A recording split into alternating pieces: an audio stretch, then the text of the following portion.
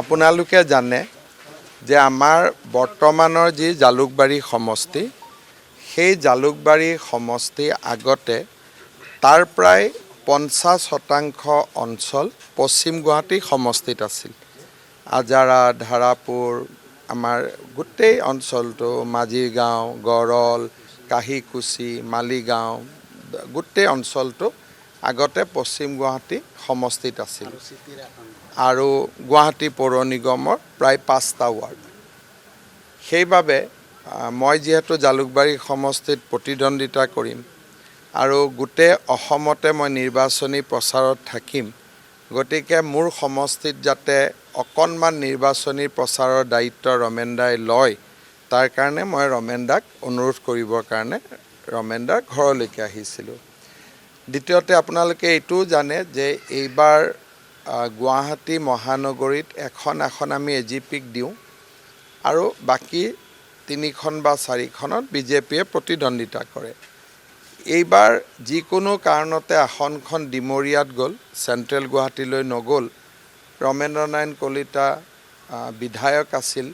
স্বাভাৱিকভাৱে তেখেতৰ সমৰ্থকসকল বা এজিপি দলৰ কাৰ্যকৰ্তাসকল কিছু মনত বেয়াও পাইছে, দুখো পাইছে।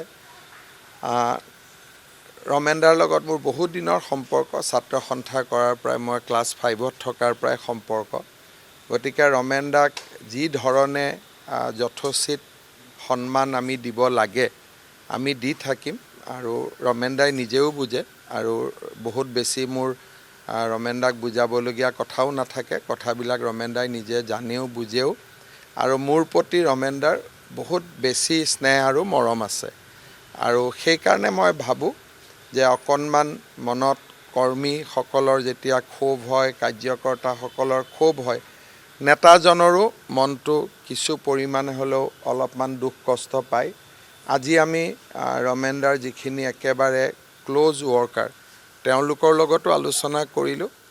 যি দুখ আছিল তাক পাহৰি আমি অহাকালিৰ পৰা সকলোৱে একেলগে বিজেপি আৰু মিত্ৰ দলৰ কাৰণে আমি কাম কৰিম, তেনেকৈ কথা পাতিলোঁ।